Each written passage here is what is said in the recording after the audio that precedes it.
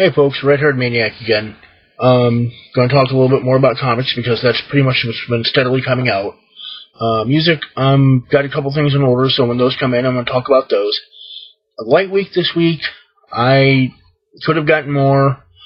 With last week's DC Rebirth stuff, I was interested after the initial Rebirth issue, but after reading the 3 of the 4 stories that did come out and how they were barely associated, I'm like, I'm not dealing with this. I've heard at least 2 of the ones that came out this week were really good, The Flash and the Wonder Woman. The Batman and the Action renumbers, or the Detective and the Action renumbers, not so much. They barely, if anything, dealt with the story at all. But anyway, moving on. Only got 4 books this week. Real light week. I'm going to go through it here real quick. We're going to start out with Vision number... What number is this? Number 8. Vision number 8. Now, you see the picture there with the boots and the hammer and the shield and whatnot. That should be Iron Man and Captain America and Thor. They're barely in this book at all. And by barely, I mean another character has a conversation with them, mostly off screen.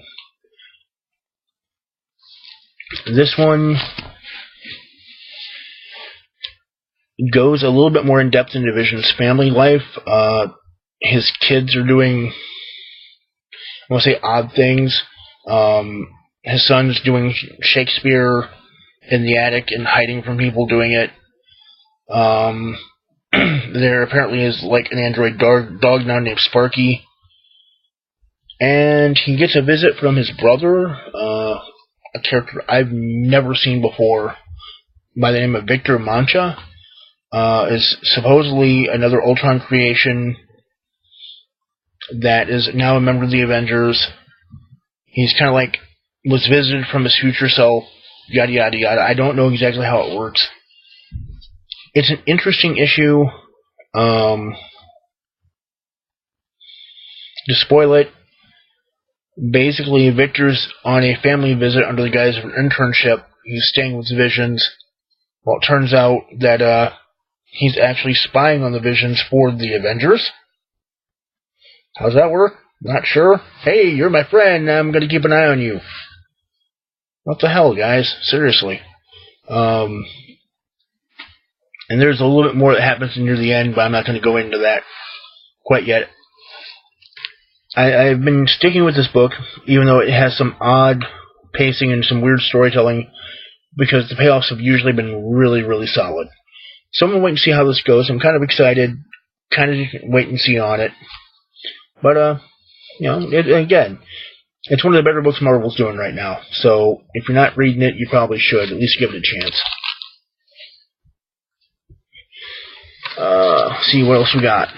We have Guardians of the Galaxy number 9. Where it looks like Gamora's about to be eaten by something. As I've stated before, I like the Guardians. I think the Guardians are kind of cool. I've kind of always been fans of like lower tier, second tier acts, Guardians of the Galaxy, Inhumans, the Jack of Hearts, Cloak and Dagger. If you had to go to the DC side of things, I dig Captain Boomerang as a villain. I really dig him in Suicide Squad back in the early days. Now he's kind of a douche. Hawkman, Hawkgirl, The Flash, Aquaman. I always kind of like those lesser loved heroes because, I mean, you look at the X-Men, everyone loves Wolverine. It's Wolverine this, Wolverine this, Wolverine that. You know, I always dug Nightcrawler. And I find it funny that there have been six X-Men movies. Nightcrawler's been in 2. It wasn't in the 3rd one because they didn't want another blue guy and they were going to have Beast. Really? Seriously? It's a shitty-ass reason not to put a character in a movie. Anyway, this issue of the Guardians continues their saga of potentially rescuing prisoners from a Badoon prison planet. Amusing little issue. The Guardians obviously succeed in most of what they're doing, with the exception of Quill gets captured. What their other mission, besides rescuing a whole bunch of people out off this planet, is rescuing Angela, who somehow the Badoon of all races managed to get a hold of. Don't ask me how, because to put it in any context like the people who've seen the Marvel movies can understand, take the Chitauri. The Chitauri, from the Avengers, are a pretty formidable fighting force when all is said and done. But the Badoon are like the Chitauri mixed with the Keystone Goddamn Cops. They have some potentially really cool stuff. They've never been a good villain. It's like when the Ferengi were first introduced in the new Star Trek. It's like they came on this really bad rocky planet set with neuro-whips and big old grins and ears and like, nah. They were laughable villains at best. The Ferengi came into their own as fantastic merchants. The Badoon have never really had that moment. Given the plethora of alien species that populate the Marvel Universe, the Badoon, the Skrulls, the Kree, there's more, the Shi'ar. The Badoon have always been like third tier at best. Between the Skrull Empire, the Kree Empire, even the Shi'ar Empire, all of those three get major shift, and they're big movers and shakers in the cosmos. And the Badoon is like, they're just kind of annoying little pissants that people have to deal with. We're gonna be better. Whatever. Again, like the book, apparently Drax and Gamora and the rest of the gang are going to go rescue Quill from the Badoon homeworld. Sucks to be the Badoon, because, like Drax would say it in the movie, then they're paper people. Sticking with Guardians, and I thought this was actually a better story than the main book one. Guardians of the Galaxy, the Marvel XD Disney cartoon-esque book.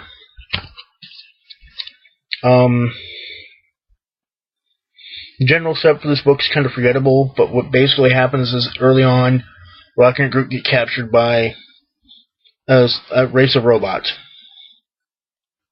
The Guardians eventually come to rescue him, but what happens to Rocket and Groot, and what you find out is Rocket's been taken back to the basically half-world. It's the world that he was evolved in. Turns out there's been a rebellion against the robotic jailers. Some other of the creatures have evolved, and they're leading a revolution, which is going from leading a revolution to we're going to take over the freaking galaxy, yada yada yada. But in the whole scheme of things, and I don't know if this is going to be continuity, if this is just for this, Rocket reunites with his family, who, when he left them, were just a bunch of normal raccoons. So it's like his mom, his sister, and his brother. And they all referred to him as Runt. Apparently he was a runt of litter. It kind of makes sense, given the Napoleon complex he sometimes exhibits. But in general, it comes down to he's reunited with his family. There's a big fight.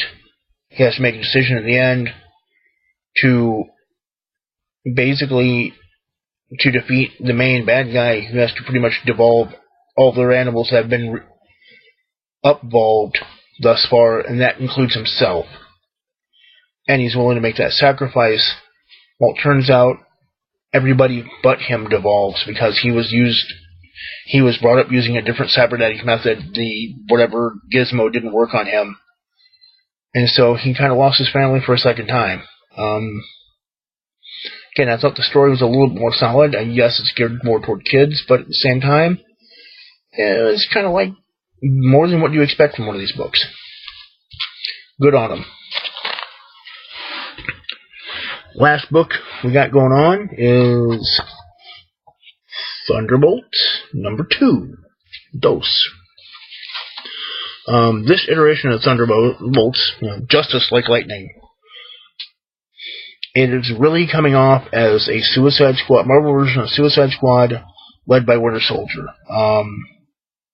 See if I can get everything in here right. Winter Soldier, Atlas, Mach 1, aka the Beetle, the Fixer, Moonstone. Am I missing anybody? And also being shepherded is Kobik, who, if you've been reading any of the Marvel stuff as of late, with the Pleasant Hill thing, with the S.H.I.E.L.D. prison that was basically a sentient cosmic cube being used to keep a bunch of prisoners in a weird alternate reality small town, that was Kobik.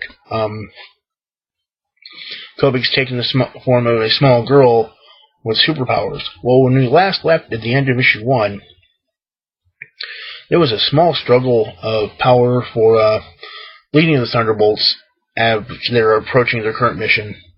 And Moonstone basically says, I'm the leader of this now, and if anyone has a problem with it, they can just come, defeat me, and to do that, you're out there, rip the Moonstone from my chest. And Kobik, being incredibly naive and stupidly powerful, says, okay, and, pluck. And hey, look, there's Moonstone on the ground with a gaping hole in her chest. But I win, right? Initial part of the book has basically the rest of the team freaking out because Moonstone's dying. Kobik's trying to figure out what's going on, what's wrong. Winter Soldier pretty much has to handle it all with kid gloves because he's dealing with a cosmic cube here. If he pisses it off too much, it's going to just pretty much wipe everything from existence. But eventually he gets things under control. They fix Moonstone, who's definitely feeling the effects of a sucking chest wound. But she's not dead anymore. And they go about their mission. They find these cocoons. They get attacked by the inhabitants, the birth, whatever the cocoons, whatever's emerged from the cocoons attack them. They're humanoid. They're kind of shriveled and grayish and lizard-like with buggy eyes and pointy teeth. They're being told to contain it. There was a couple of strays that got away. Atlas and Mach 1 go and take care of that, although they kind of exposed the mission to some normal folks. Collateral damage, whatever. Once they all get done, once they all get settled, it's like, alright, we've got all these herded and they're taken care of. What are we going to do? Winter Soldier's like, burn it, level it to the ground. Which was Moonstone's original plan. If that wasn't enough of a problem, as the building and the cocoons and everything else is just pretty much on flambe, who should descend on the last page but Crystal and Gorgon in a wheelchair and Naya and Flint and one other human whose name escapes me right now. But it's like all mortified and pissed the hell off. What the hell have you done? So it looks like the Thunderbolts and the Inhumans are they're gonna have an issue, both literally and figuratively. I could get behind this. I like the Inhumans. I kind of like where they're going. I'm pissed that the Inhumans movie got taken off the schedule. I was really looking forward to it. It's like the one movie from Marvel I was seriously just absolutely jonesing for. Don't get me wrong, Black Panther movie coming up, definitely want to see it. I liked what I saw in Captain America Civil War. But I really want to see the royal family on the big screen. I want to see Black Bolt. I want to see Medusa. I want to see Gorgon. Fuck. I want to see Karnak. Which is, again, one of those books that if you're not reading Karnak, you're missing out. About every other issue is really good, and every other issue is like, yeah. But kind of like Division, the payoffs are really, really solid. That's it for now. Like I said, I've got music coming soon, so whenever that shows up in a week or two, we'll start talking about that. And gaming-wise, I've got a couple projects I'm going to talk about later, but that's me signing off for now. Take care, folks.